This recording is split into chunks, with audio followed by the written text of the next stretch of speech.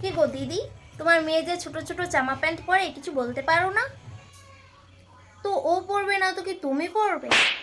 অবশ্য তোমার যা পেট, এইসব লোকের বাড়িতে না করে একটু জিমে যাও, পেটটা কমাও, দেখবে ভালো লাগবে। এই নাও চিনি। মেঘে মেঘে তো ভালোই বেলা হলো, এবার মেয়েটার বিয়ে দাও, নয়তো পরে আর ছেলে পাবে না। আমার মেয়ে সুন্দরী, স্মার্ট, ওর ছেলের অভাব হবে না। তুমি বরং তোমার মেয়ের দিকে নজর দাও, বুড়িতেই তো বুড়ি। দিদি, কি হয়েছে কি?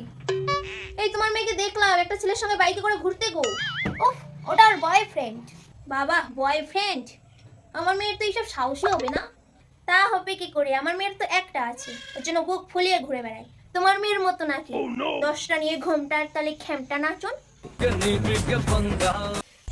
কি গো দিদি, তোমার মেয়ে সারাদিন ঘরেই থাকে নাকি, কোনো কাজ কাম করে না? ও কন্টেন্ট ক্রিয়েটর। হ্যাঁ মানে, তুমি বুঝবে না, তোমার অকাদের বাইরে। হুঁ, আমি তোমার মেয়েকে বলে রেখেছি সরকারি চাকরি করতেই হবে। সরকারি চাকরি? তোমার মেয়ে? Good joke. আমিও বলবো আমার মেয়েকে ট্রাই করতে। কি?